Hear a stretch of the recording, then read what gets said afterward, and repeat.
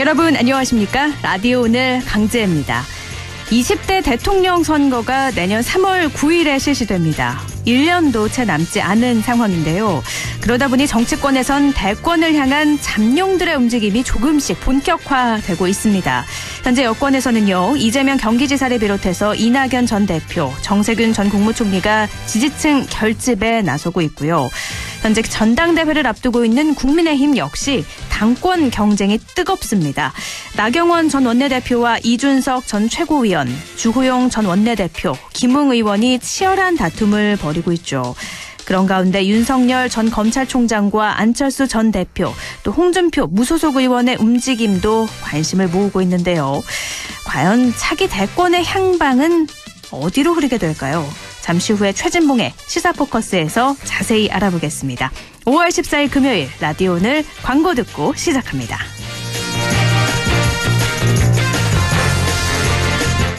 관절의 하트, 근육의 하트, 관절의 펭귄이 육근, 캐펜텍 핫.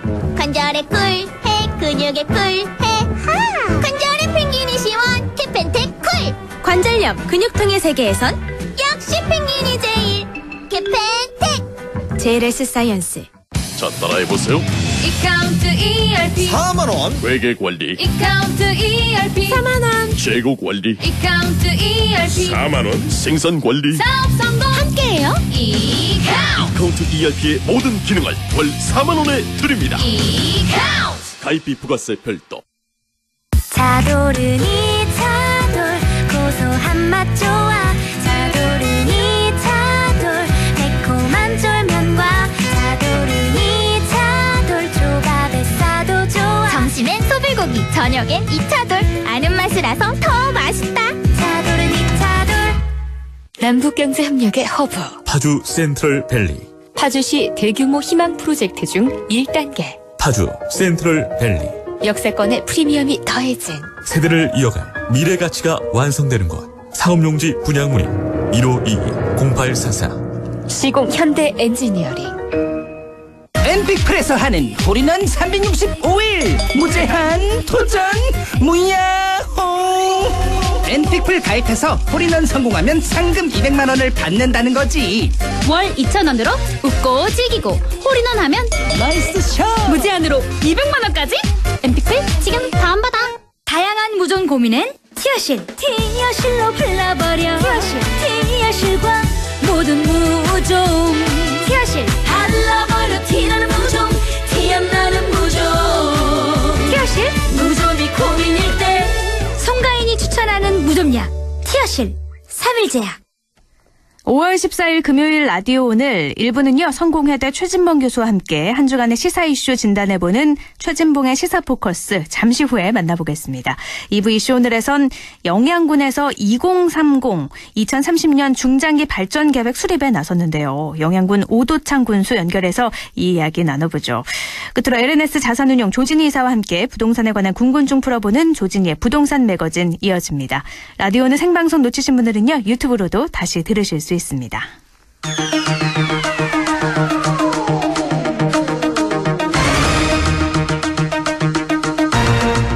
최진봉의 시사포커스 성공회대 최진봉 교수와 함께합니다. 교수님 안녕하세요. 네, 안녕하십니까. 네, 먼저요. 대선이 이제 1년도 남지 않아서요. 잠룡들에 대한 이야기부터 좀 해볼게요. 여야 각 당에서도 이 대권 잠룡들의 세몰이 경쟁이 아주 본격화됐는데 여당인 민주당 쪽 움직임부터 좀 볼까요? 예. 여당은 뭐 잘 아시는 것처럼 이재명 지사가 지금 이제 지지율에서는 제일 앞서고 있고, 네. 이낙연 전 총리, 그리고 정세균 전 총리가 지금 이 대선에 뛰어들어서 경쟁 관계가 구도가 형성이 돼 있는 상태죠. 네네. 근데 이제 최근에 뭐 잘 아시겠지만, 경선 일정의 연기 문제가 지금 논란이 되고 있어서, 네. 그게 지금 새로운 변수로 떠오른 상태예요. 앞서가고 있는 이재명 지사 측에서야 반대하는 게 뭐 당연하고요. 네. 그리고 이제 아무래도 뒤에서 추격하는 입장인, 이낙연 전 총리나 정세균 전 총리 같은 경우에는 일정 부분 연기하는 게 유리하다고 판단했을 가능성이 있고, 네. 또 하나, 또 친문 진영에서는 연기하면서 시간을 좀 벌고, 그 사이에 혹시 이제 친문 진영의 후보를 옹립하는 그런 이제 생각들을 하는 것 같은데, 네. 이제 문제는 뭐냐면 이게 논란이 되면 결국 분열 양상으로 갈 수 있거든요.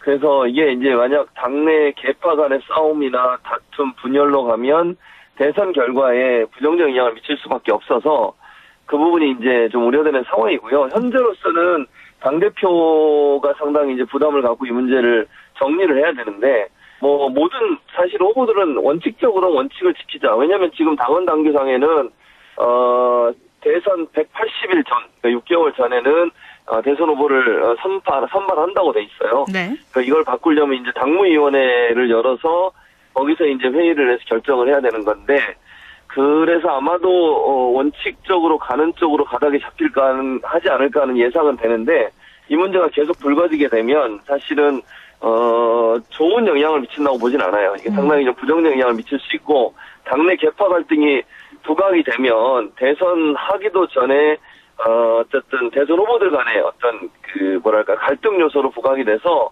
한 팀으로 싸워도 이길까 말까 한 그런 대선의 경쟁인데, 네. 그런 부분들이 부정적으로 영향을 미치지 않을까 좀 우려되는 상황이라고 말씀드릴 수 있죠. 그러니까 대선 경선 시기를 놓고 민주당 내에선 논란이 계속되는데 크게 좋은 점이 없다 이렇게 보시는 거예요. 근데 네. 지금 민주당에서는 정세균 전 총리, 이낙연 전 대표, 또 이재명 지사가 격돌하는 모양새잖아요. 네, 그렇죠. 각 후보별로 좀 살펴볼까요? 장단점 어떤 게 있을까요? 뭐 경선에서 장단점을 물어보시는 거예요? 아니면 이런 경선 연기론에 대해서 물어보시는 거예요? 지금 이 경선 연기에 대해서는 다들 크게 반응을 안 보이고 있지 않나요? 그런 상황이죠. 네네. 근데 사실은 물밑에서는 경선 연기론에 쫓아가는 입장, 그러니까 이낙연 전 총리나 정세균 총리 입장에서는 연기하는 쪽이 본인들한테 유리하죠, 사실은. 네네. 그러니까 본인들 입장에서는 겉으로는 그거 얘기 안 해요, 당연히. 겉으로 얘기하면 이게 비판받을 수 있거든요. 네. 왜냐면 원칙이 세워져 있는데 그 원칙을 완전히 그럼 훼손하는 게 아니냐. 이런 비판을 받을 수밖에 없어서 네. 본인들 입장에서는 그거를 대놓고 얘기할 수 있는 상황은 아니죠, 사실은. 그런데 네.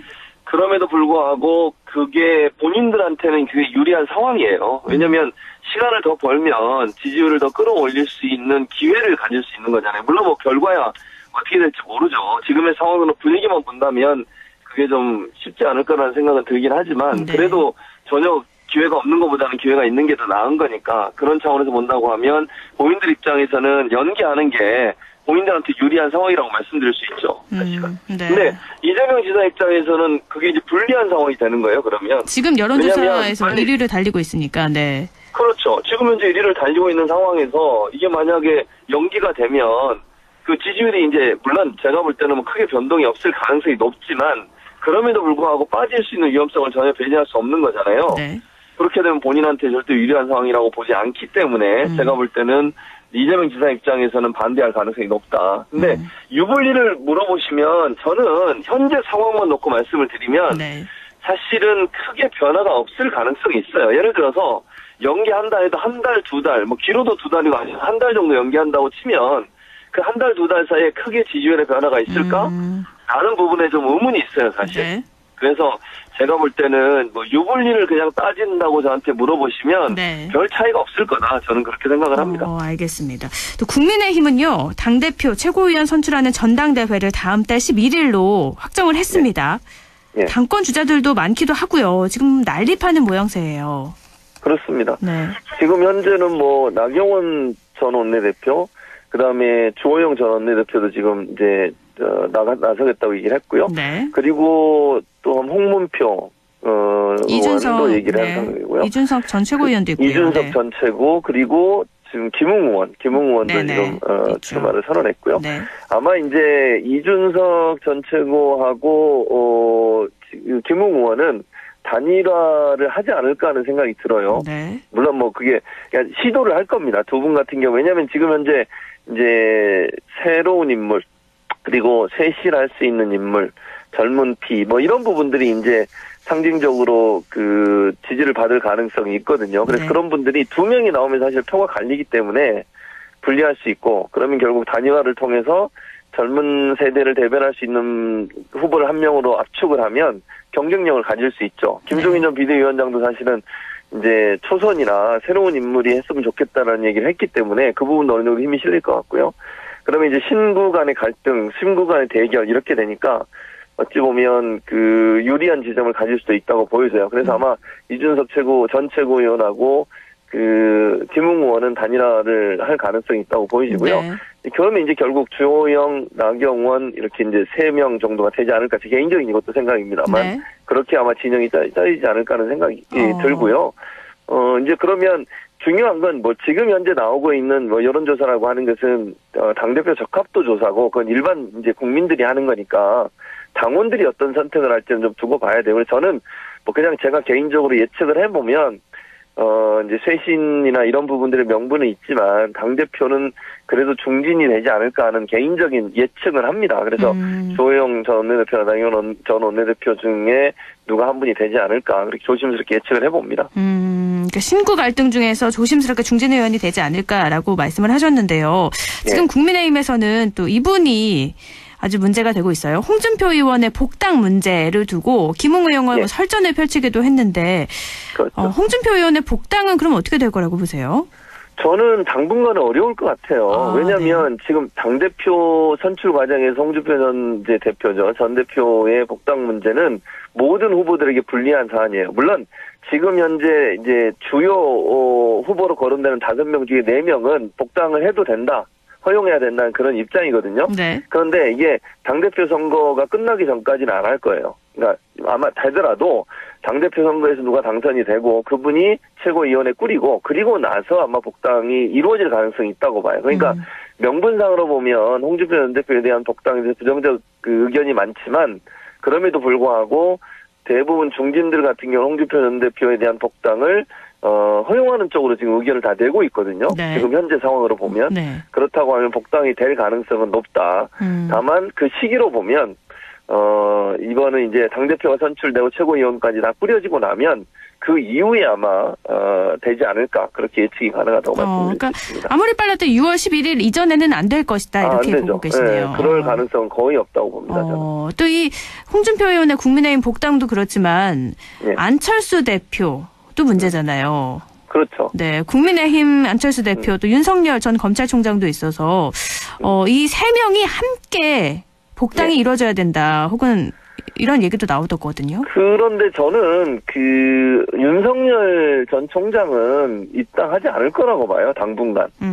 저는 개인적으로 이렇게 봅니다. 그러니까 지금 현재 국민의힘이 대표가 누가 되고 대표가 누가 선출된 다음에 어떤 방향으로 당의 정체성을 갖느냐에 따라서 네. 윤 전 총장이 입당을 할지 안 할지를 결정할 거라고 생각해요. 섣불리 지금 상황에서 들어가는 것은 본인한테 절대 유리한 상황이 아니에요. 네. 그렇기 때문에 윤석열 전 총장이면 홍준표 전 대표와 함께 들어간다? 그럴 가능성은 저는 거의 없다고 보고요. 네. 안철수 대표도 마찬가지라고 생각해요. 저는 윤석열 전 총장, 안철수 대표 입장에서는 대선에서 본인들이 얼마나 유리한 환경을 가질 수 있느냐를 가장 먼저 생각할 거고 그런 차원에서 본다고 하면 당장 입당을 하는 것보다는 조금 더 시간을 두고서 입당의 시기를 저울질할 거다. 가능한 늦추면서 본인들이 더 많은 어떤 그 이점을 갖는 시점 그리고 국민의힘이 정말 본인들이 들어가서 대선을 치르는데 도움이 되는 정당의 모습을 갖출 때 그때 저는 들어갈 거라고 생각해요. 또 안 들어갈 가능성도 있다고 보고요. 그렇기 때문에 지금 예측하는 것은 당장 빠른 시간 안에 입당을 같이 할 거다. 저는 그렇게는 보지 않습니다. 그럼 이 셋 중에서는 홍준표 의원이 가장 빨리 이루어지겠네요. 그렇죠. 그 홍준표 의원은 본인이 가려고 지금 하는 네네. 거잖아요. 가고 싶어 하는데 지금 반대하는 사람들 때문에 못 들어가는 거니까 홍준표 의원은 뭐 아마 빠른 시간에 될 것 같고 빠른 시간에 나오면 제가 이제 아까 전당대회 끝나고로 말씀드린 거고요. 네. 그러나 이제 나머지 두 분 같은 경우는 그럴 이유와 필요가 없다는 거죠. 지금 상황에서는. 시간을 더 두고서 네. 좀 지켜볼 거다 이런 생각이 듭니다. 이 윤석열 전 검찰총장은 지금 계속 침묵이 좀 길어지고 있잖아요. 그래서 예, 그렇죠. 언젠가는 등판을 해야 될 텐데 그거를 5월 말이나 6월 초로 보시는 분들도 있고요. 더 늦게 보는 분들도 있는데 어떻게 보세요? 저는 그러니까 정치를 하겠다고 선언하고 나오는 것은 저는 5월은 아닌 것 같고요. 네. 빠르면 6월 정도는 가능성이 있다고 봐요. 근데 그것도 저는 국민의힘과 어느 정도 연계돼 있다고 보기 때문에 대표 선발이 되고 나서 그러니까 선출되고 국민의힘이 어느 정도 진영을 갖추고 난 다음에 윤석열 전 총장이 정치 선언을 하지 않을까 하는 개인적인 생각이 있습니다. 그래서 그건 조금 더 당장은 이루어지지 않을 것 같고요. 네. 한 6월 정도 그 정도 시간이 돼야 되지 않을까, 빨라도 그런 생각이 있습니다. 알겠습니다. 이 내용을 좀 바꿔보면요. 오는 21일이죠. 문재인 대통령이 미국 워싱턴에서 조 바이든 미국 대통령과 정상회담을 앞두고 있는데 주요 의제가 어떤 거죠?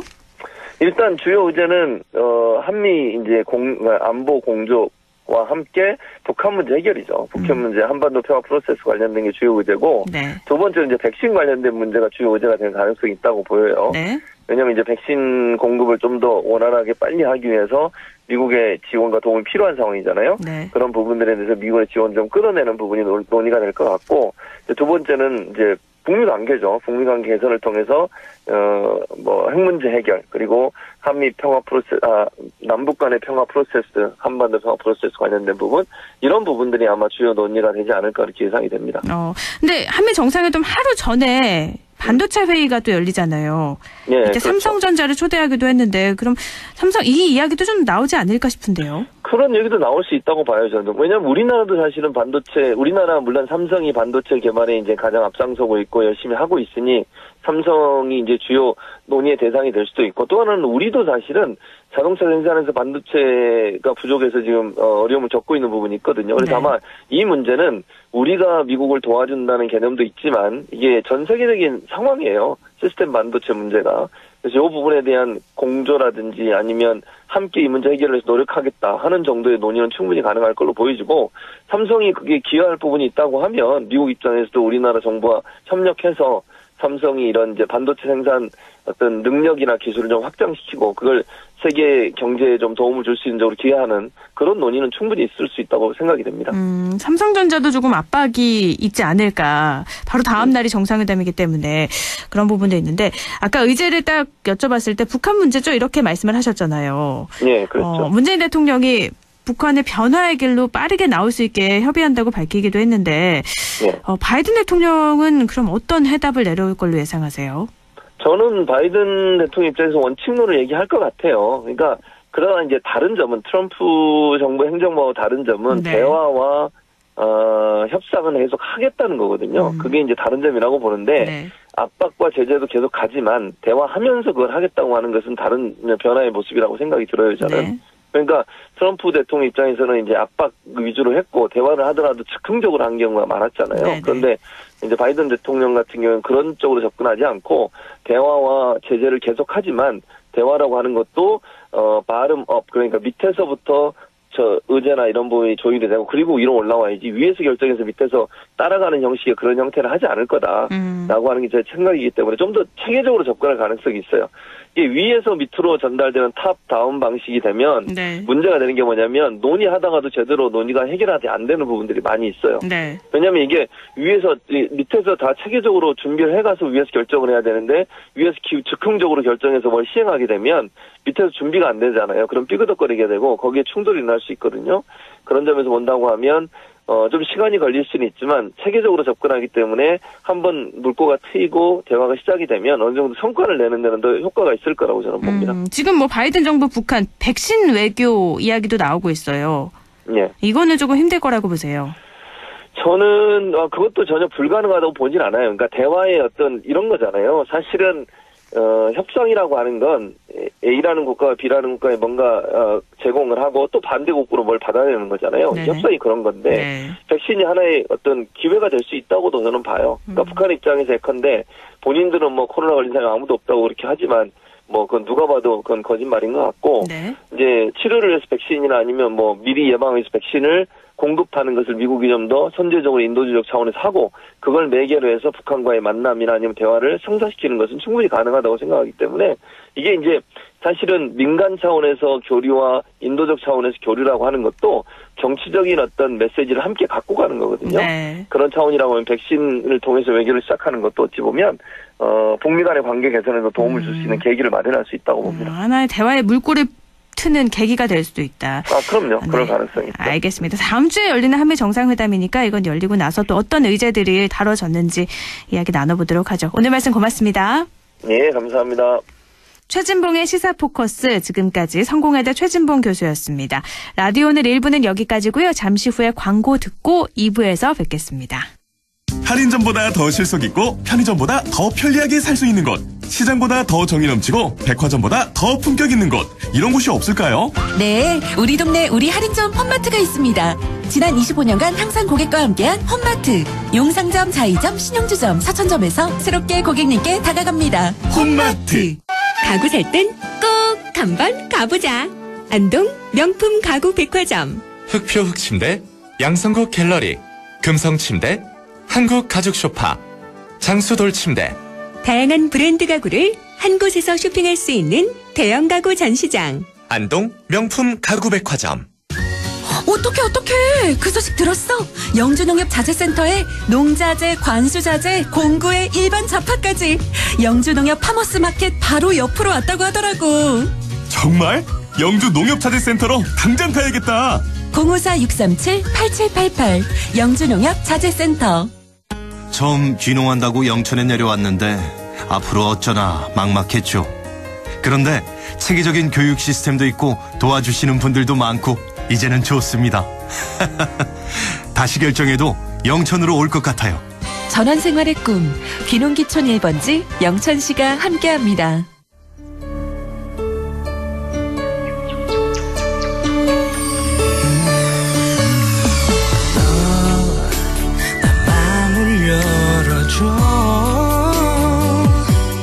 다가가 나 속삭이도록 언제나 내 생각으로 행복해야 해요.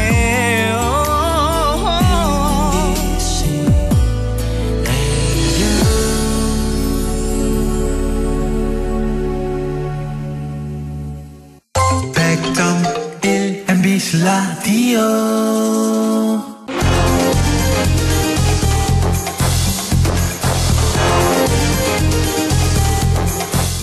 여러분께서는 지금 시사정보 프로그램 라디오 오늘을 듣고 계십니다.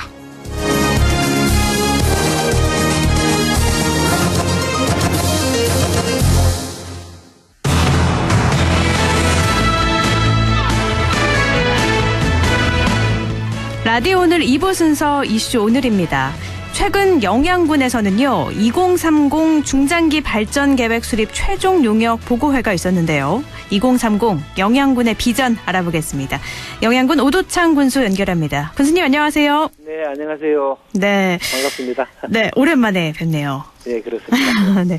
코로나19로 인해서 참 전국적으로 많은 어려움이 있는데 영양군은 요즘 어떤가요? 네, 우리 아마 공통된 사항입니다만 1년 넘게 지속된 코로나19 때문에 사실 많은 애로를 겪고 있는 게 현실입니다. 네. 그래서 우리 영양군에서는 국민들의 안전을 지키기 위해서 나름대로 최선을 다하고 있다는 말씀드리고요. 네.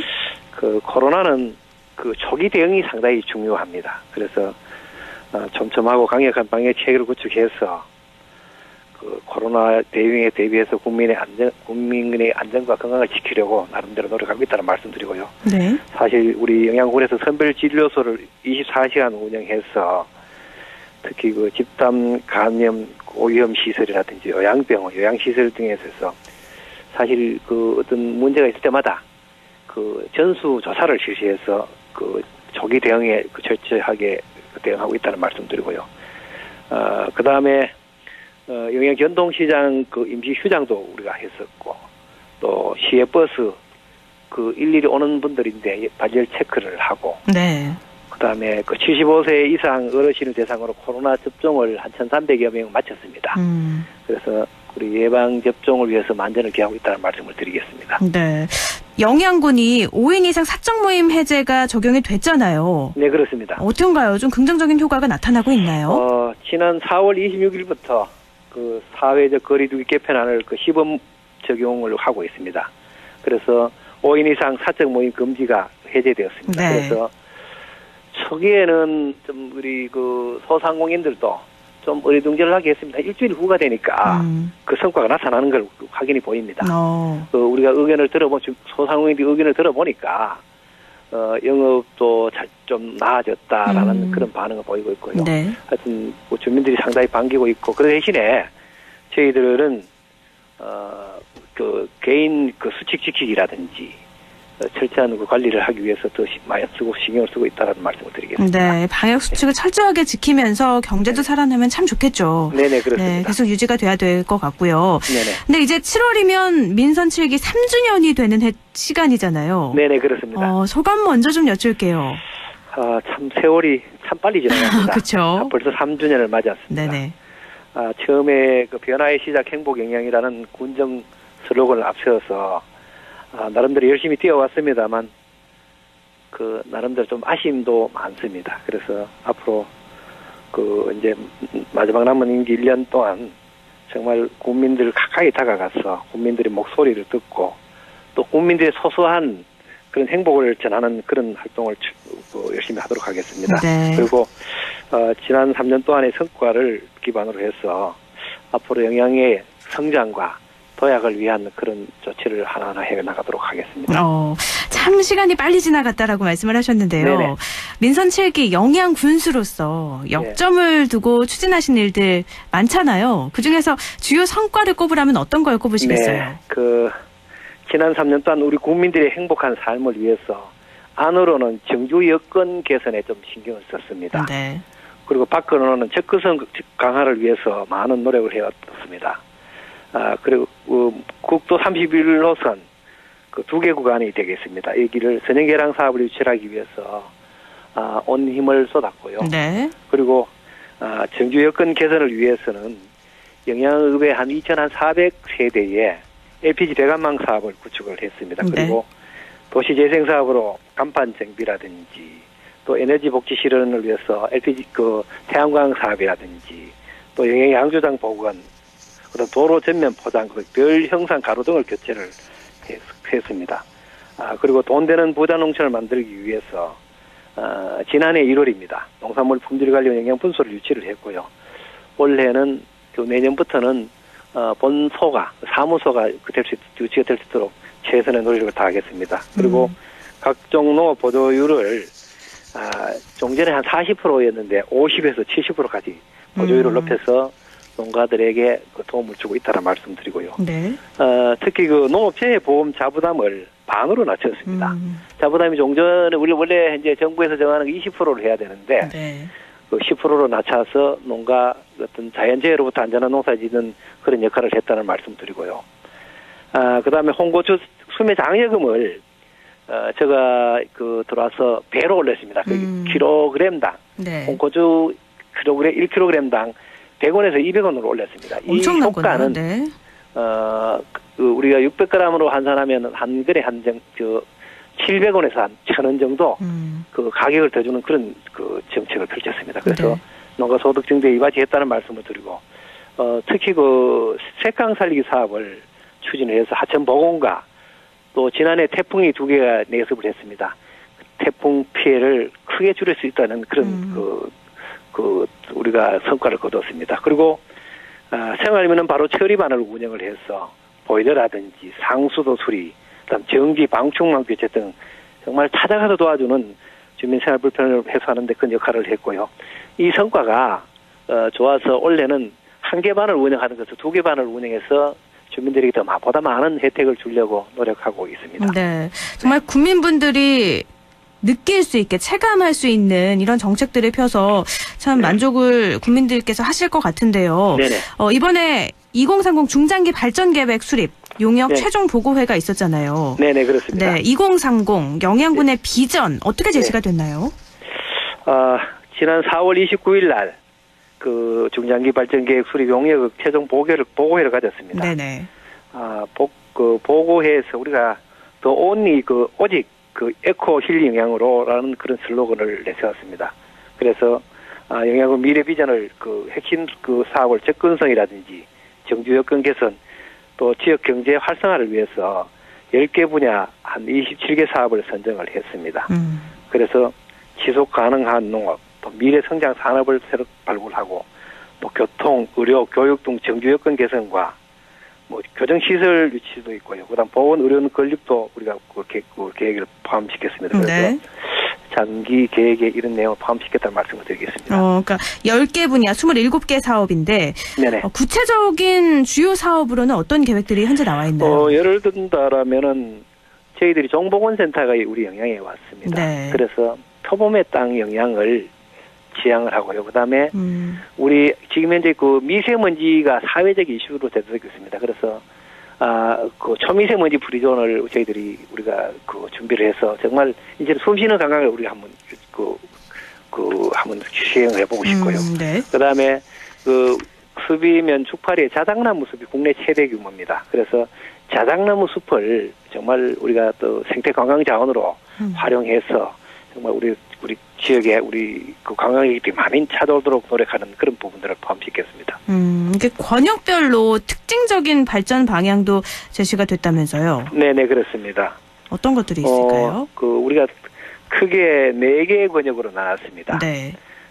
농촌 특화 발전 권역은 1월면 청기면을 선정해서 농촌 중심지를 테마 농원을 조성하고 또 역사 문화 자원을 활용해서 발전 방향을 제시했고요. 네. 그다음에 수비면에는 생태 휴양 관광 권역으로 선정을 해서 정말 수비면이 보유한 관광 인프라를 잘 활용해서 고품격 산림 휴양지로 조성할 계획입니다. 그리고 이반면과 석보면을 광역 연계 발전 권역으로 잡아서 정말 앞으로 그 교통 체계를 개선해서 접근성 높이고 또 지역 관문 역할을 또 강화할 수 있도록 관광 인프라를 갖추어 나갈 계획입니다. 그리고 마지막으로 우리 영양읍에 지역 중심형 강화 권역으로 선정해서 도심 기능을 또 살리고 네. 특히 도심 재생 기능을 우리가 신경을 많이 씁니다. 그래서 접근성과 또 도시 우리가 그 시골이지만 좀 깨끗한 그 농촌 여건을 만들기 위해서 준비를 하고 있다는 말씀을 드리겠습니다. 네, 2030, 그러니까 2030년까지 완료가 되는 목표인 거죠? 네, 그렇습니다. 네, 이런 권역별 발전 방향도 꼭 이루어져서 국민분들도 생활하는 데도 더 편리하고 또 만족감도 네네. 올라가면 좋겠습니다. 네네. 네, 오늘 말씀 고맙습니다. 네, 고맙습니다. 하여튼 영양군 많이 좀 우리 찾아주시고 영양 농산물 많이 좀 홍보를 부탁드리겠습니다. 우리 영양 산나물 지금 현재 한참 판매를 하고 있습니다. 네. 우리 그 시청자 여러분, 우리 영양 산나물 많이 사주십시오. 고맙습니다. 네, 감사합니다. 네, 감사합니다. 네, 지금까지 영양군 오도창 군수였습니다. 라디오 오늘에서는 청취자 여러분의 참여를 기다리고 있습니다. 우리 지역에서 발생한 사건 사고 소식이나 함께 토론하고 싶은 내용을 안동 MBC 홈페이지 라디오 오늘 게시판에 올려주시기 바랍니다. 전화와 문자 참여도 하실 수 있습니다. 전화는 851국에 7191번, 문자는 샵 0913번으로 보내주시면 됩니다. 문자는 단문 50원, 장문 100원의 정보 이용료가 있습니다. 여러분의 많은 참여 바랍니다.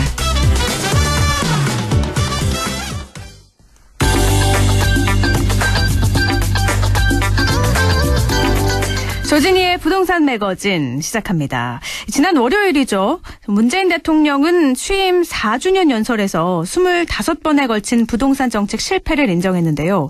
문재인 정부 출범 이후 부동산 시장의 변화 자세히 알아보겠습니다. LNS 자산운용 조진희 이사와 함께합니다. 이사님 안녕하세요. 네, 안녕하십니까. 네. 이번 정부 출범 후에 4년 동안 서울 공동주택 공시가격이 68% 오르고 재산세는 2배 이상 급증했다고 하는데 실제로 4년 동안 서울의 아파트 가격이 어느 정도 올랐나요? 2017년도 정부 출범 당시에 이제 저희가 크게 마용성, 노도강, 강남 이렇게 세 개로 나눈다고 했었을 때, 정확하게 얘기를 하긴 좀 뭐하지만 평균적으로는 지금 2배에서 많게는 3배까지 상승을 했습니다. 네, 그러다 보니까 이번에도 대통령께서 그 실질적으로 그 가격을 안정화시키려고 하는 노력은 있었는데도 불구하고 이제 그 인정을 하셨던 부분들이 있는 거고, 이제 무엇보다도 이전 정부하고 좀 달랐던 양상이라고 한다면 통상적으로 강남이 올랐던 것들은 다들 인정을 하는 부분들이 있었는데 그 이전 2016년도까지 가격이 이제 가파르게 상승하던 연도에도 이른바 노도강이라고 하는 노원구 도봉구 그 강북구에 되는 그 서울 외곽에 접하고 있는 서울 지역은 거의 상승폭이 없었습니다. 네. 근데 이제 문제는 이번 정부 들어서 그쪽까지도 가격이 2배 이상 상승하면서 실제는 서민주택에 대한 지역이라고 했던 부분들이 세금까지 부담이 되는 그런 상황이 이제 발생되다 보니까 서울 민심이 부동산 민심으로 연결이 됐고 그래서 보궐선거에 실패했다 이런 얘기까지 나오게 된 거죠. 그러니까 세금이 올랐다, 재산세가 올랐다는 거잖아요. 예, 그렇습니다. 네, 뭐 2배 올랐다. 근데 그만큼 가격이 상승했다는 걸 말씀하신 것처럼 나타내는 건데, 네. 공시 가격률이 68% 상승했는데 재산세가 2배 올랐다. 이거는 어떤 기준 산정이에요?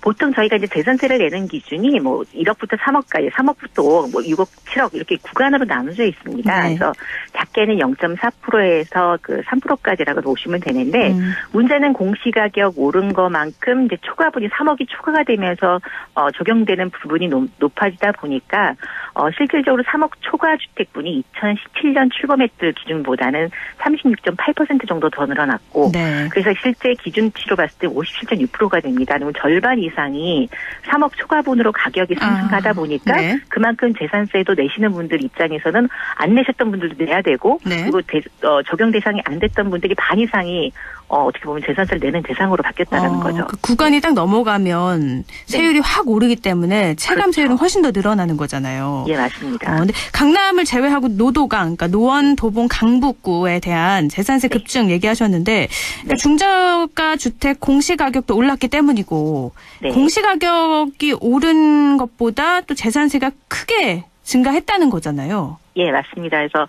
보통 이제 그 2017년도 기준에서 4년간 통계 자료를 보면 노도강에 대비되는 다른 지역, 예를 들어서 강남 지역 같은 경우는 120% 정도 상승을 했습니다. 근데 네. 그 체감이라고 아까 말씀하신 것처럼 늘상 올라있던 중위 가격 이상이 해당되는 경우다 보니까 대처가 가능했던 기억이라고 보시면 될 것 네. 같고요. 근데 지금 나머지 지금 말씀드리는 노도강 같은 경우는 상승을 안 했던 지역들이 적게는 13%에서 20%까지 상승을 했습니다. 네. 그리고 특히 이제 노원구 재건축 단지 같은 경우는 2017년 대비해서 지금 현재 거래가가 2배가 넘습니다. 그러다 보니까 초과 비율이 늘어나면서 재산세 구간도 늘어나게 됐고 그래서 실질적으로 13에서 14%라고는 하지만 이분들이 느끼는 체감 경계에는 나는 내지도 않았던 세금을 내야 되는 경우고 그리고 집값은 2배가 뛰었는데 그거에 대한 또 재산세 부분도 많이 늘어나게 된 거고 그래서 최근 2, 3년간의 노도강의 상승폭이 가장 크다 보니까 올해 들어서 가장 10% 이상 상승 주도를 한 것도 역시 이 지역입니다. 그래서 납부 대상이 아니었던 지역이 납부 대상으로 늘어났다라는 게 아무래도 시장에서의 반응은 가장 강하게 나타나고 있지 않은가 이렇게 보고 있습니다. 그런데 이걸 다시 말하면요. 세금을 네. 납부하지 않았다가 내는 건 있지만 그만큼 집값이 네. 올랐기 때문에 재산은 늘어났는데 그걸 좋아하는 네. 분들은 안 계신가요? 왜냐하면 이제 실질적으로 이번에도 그런 얘기를 했는데 네. 1주택이면서 오랫동안 장기적으로 살아오셨던 분들은 그동안에 내지 않았던 세금을 갑자기 세금을 마련을 하셔야 되는데 장기 거주자 입장에서는 실질적으로 노년층이 생활비라든가 이런 것들이 정해져 있는 부분이 있습니다. 근데 추가로 그 자본금을 만들어내야 된다는 거고 무엇보다도 이 노도강이라는 지역은 서울에서는 어떻게 보면 서민주택 수요가 많았던 지역이고 네. 그다음에 지금 3억 이상 초과되는 지역들이 대부분 재건축 기대감으로 갖고 있는 노원구 지역이 많습니다. 그러다 보니까 실질적으로 생활 수준이나 그다음에 내야 될 비용 대비해서 부담감이 굉장히 급증해서 감면이나 이런 효과가 없는 상태에서는 부담금을 너무 많이 받고 있는 상황이라고 보시면 될 것 같습니다. 실제로 뭐 이걸 투자 수단으로 팔고 어디 가야지 이런 생각이 아니라 그냥 그렇죠. 살고 있는 집인데 그렇죠. 세금만 내라고 하니까 예. 불만이 나오는 것 같아요. 네. 그래서 뭐 주택세, 재산세 감면 기준도 뭐 낮춰야 된다 이런 얘기도 나오고 있는데 네네. 기준도 올리면서 세금 부담을 낮춰야 된다는 말인데 근데 이런 여러 가지 방안들이 네. 뭐 검토되고 있는 건 좋지만 이게 어떻게 보면 한시적인 거잖아요.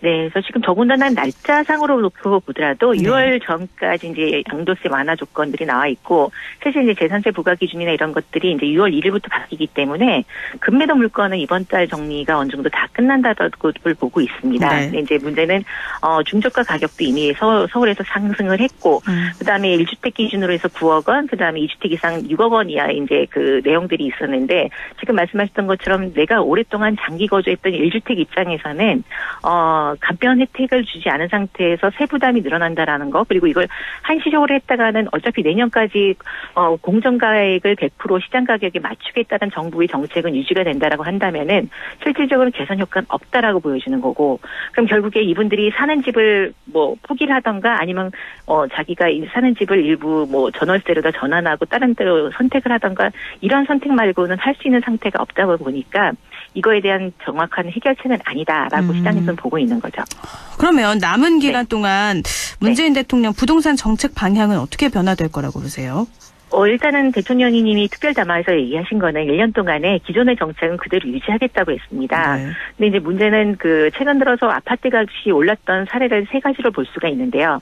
일단은 고분양가 규제에 따라서 공급이 어려워졌던 부분들이 있었고, 실제적으로 가격들이 올랐던 내용들을 보면 갭투자라는 형태로 해서 투자본을 가지고 투기 세력들이 전국을 어떻게 보면 휩쓸고 갔던 부분들이 있습니다. 네. 그리고 이번에도 이제 실거래가 신고에 따라서 자금 출처 신고를 하게 했는데 그 내용에 보면 대부분 갭투자가 50% 이상을 차지하고 있습니다. 네. 말 그대로 실제 가격이 올랐던 정상적인 가격이보다는 어떻게 보면 지금 다들 투기 세력에 몰려있던 것들이 그걸 잡기 위해서 억제화했던 건데, 실질적으로 이게 피해를 봤던 부분들은 1주택자라든가 실제 사회 약자라든가 무주택 청년층이라든가 이런 분들이 대부분 피해를 봤다라고 보는 거고, 그래서 이번에 이제 대안으로 나오는 게 이제 LTV 적용 부분을 뭐 부부 합산 8천만 원 1억까지 올리고, 그다음에 이제 9억까지를 더 늘려가지고 LTV를 높여보겠다 이런 얘기까지 다시 나오고 있는 상황입니다. 네. 그러다 보니까 이게 대출로다가 억제를 하겠다는 지난달 발표와도 상관없이 이번에 또 푼다고 하니까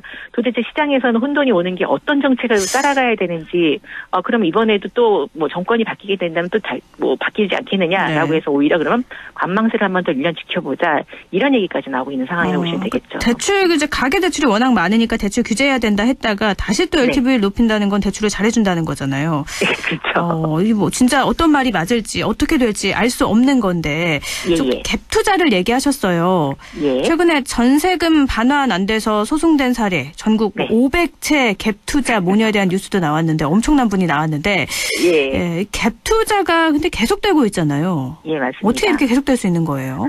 그러니까 이제 최근 1, 2년간에 이제 전국 투기 세력이 말씀하신 것처럼 분양권 전매가 가능한 지역으로 몰렸습니다. 네. 그리고 이제 전국 주택 가격에서 1억 미만일 경우에 기본적으로 전세 가격하고 거래 가격에서 한 30-40% 차이가 난다고 한다면 비교적 소액으로 투자가 되는데 매수세와 투기 세력이 몰리다 보니까 가격 상승이 계속 뒷받침된다 해서 어떻게 보면 전국토의 어떤 투기화를 올려놓은 것들이 사실입니다. 근데 여기서 가장 이제 저희가 주목해서 봐야 될 것들이 정부가 일시적으로 이번 정부가 출범을 하면서 임대 사업자에 대한 혜택을 주면서 어떻게 보면 이런 대출도 받을 수 있게끔 했고 세금도 완화시켰던 사례가 있었습니다. 근데 그때 이제 뭐 어떻게 보면 이번 500차 같은 갭 투자 형태가 나타났던 거고, 문제는 이 투자 형태가 정상적이라기보다는 전세라는 어떻게 우리나라가 갖고 있는 특별한 상황을 이용을 해서 비교적 소액을 가지고 여러 개의 주택을 사서 시세가 오르는 거를 대기했던 대기 수요를 이용했던 어떤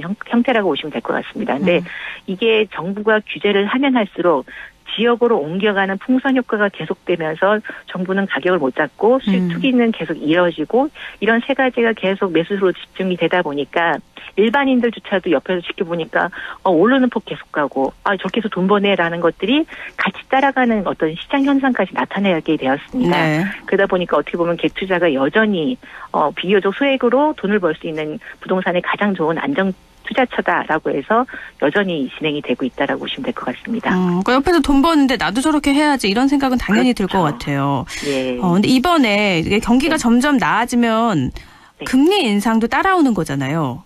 예, 일단 미국에서 먼저 그런 얘기를 했죠. 지금 너무 이제 금리를 저평가에 있는 상태로 하다 보니까 전체적인 경기가 세계적인 이제 불황 형태도 너무 강하고 해서 일부 금리를 인상을 해서 활성화를 시키겠다라고 이제 의견들이 나왔습니다. 그러다 보니까 지금 이미 국내 시중은행에서는 주택담보대출 부분을 상향 소폭 인상을 하고 있습니다.